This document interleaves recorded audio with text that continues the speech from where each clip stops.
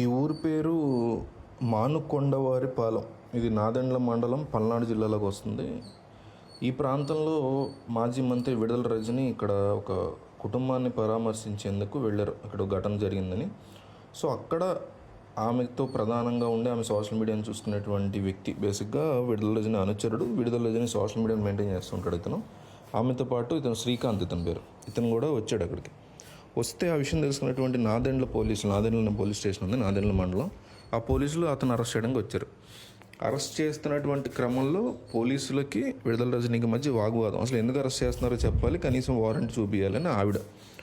లేదు, మేము full డీటెయిల్స్తో arrest చేస్తున్నాం, మేము కేసులు కోర్టులో చూసుకుంటాం, మీకు చెప్పాల్సిన అవసరం లేదని పోలీసులు. అంటే ఇక్కడ బేసిక్గా ఫ్రెండ్లీ పోలీసింగ్ అని పైకి చెప్తారు తప్ప, తెలంగాణ పోలీస్ అయినా, ఏపీ పోలీస్ అయినా, కేసీఆర్ రేవంత్ అప్పుడైనా, జగన్ చంద్రబాబు పవన్ కళ్యాణ్ అప్పుడైనా ఫ్రెండ్లీ పోలీసింగ్ అని చెప్తారు. కానీ పోలీస్ వ్యవస్థ ఫ్రెండ్లీ పోలీసింగ్ ఉండదు, కొన్నిసార్లు కుదరదు కూడా వాళ్ళకి. ఎందుకంటే పైనుంచి ప్రెషర్ ఉంటుంది. కొన్ని పర్టికులర్ పీపుల్ని ఖచ్చితంగా అరెస్ట్ చేసి తీరాల్సిందే అనేటువంటి ప్రెషర్ వాళ్ళ పట్ల తీవ్రంగా ఉండడం వల్ల ఫ్రెండ్లీ పోలీసింగ్ అనేది ఎన్నాళ్ళలో క్రితం వీళ్ళు గాలికి వదిలేశారు, అది వేరే విషయం. సో ఇప్పుడు ఏదైతే ప్రెషర్లో ఉన్నారో వాళ్ళని అరెస్ట్ చేసి తీసుకెళ్ళాలి. ఈ క్రమంలో అక్కడ విడుదల రజని ఉన్నారని తెలుసు, ఆమె అడ్డుకుంటారని తెలుసు. తెలిసినప్పుడు ఖచ్చితంగా లేడీ కానిస్టేబుల్స్ని తీసుకెళ్తే విడుదల రజని అడ్డుకోవడం చాలా పెద్ద తప్పు నా దృష్టిలో అయితే. అందులో ఆమెను ఎవరు సపోర్ట్ చేయట్లేదు. కానీ లేడీస్ ఉంటారు, ఉండే అవకాశం ఉంది. ఈవిడే కాదు, మామూలు లేడీస్ ఎవరైనా ఉంటారు. అతని తల్లో, అతని అక్కో, అతని భార్యో ఎవరో ఒకళ్ళు ఆ టైంలో అక్కడ ఉంటారు కావచ్చు, అతని సపోర్టర్స్ ఉన్నప్పుడు ఏ అరెస్ట్కి వెళ్ళినప్పుడైనా లేడీ కానిస్టేబుల్స్ని కూడా తీసుకెళ్ళడం అనేది సరైనటువంటి పద్ధతిగా పెట్టుకోవాలి పోలీసులు. అంతేగాని తమ చేతిలో చట్టం ఉంది కదా అన్నట్టు ఇష్టం వచ్చినట్టు ప్రవర్తించడం చాలా తప్పు. సో కారులోకి అతన్ని తీసుకెళ్లే ప్రయత్నం చేస్తుండగా ఈవిడ కారు డోర్ ఓపెన్ చేసి అతను బయటికి లాగే ప్రయత్నం చేయడం, ఈవిడ కూడా పోలీసుల యొక్క పనితీరును అడ్డుకోవడమే. ఖచ్చితంగా ఈవిడ చేసిన కూడా తప్పే. కానీ ఈవిడి కంటే కూడా ఎక్కువగా అక్కడ ఉన్న పోలీసులు ప్రవర్తించిన తీరు చాలా జుగుప్సాకరంగా అనిపించింది.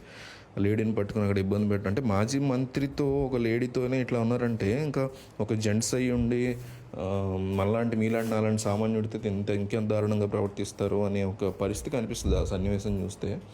మరి జగన్మోహన్ రెడ్డి దీని మీద ఇప్పటివరకు ఎందుకు మాట్లాడలేదు, ఎందుకు అంత స్ట్రాంగ్గా రియాక్ట్ అవ్వట్లేదు నాకు అర్థం కాలేదు. ఎందుకంటే మాట్లాడాల్సి ఉంటుంది, ఇట్లాంటి వాటి గురించి ఖచ్చితంగా స్పందించాలి. ఏదో ఒక ట్వీట్ వేసి వైసీపీ దాని నుంచి కూర్చోవడం కాకుండా ఇలాంటి వాటి మీద పెట్టాలి వీళ్ళు ప్రెస్ మీట్లో. ఎందుకంటే ఎప్పుడైనా వ్యవస్థను మనం క్వశ్చన్ చేయాలి.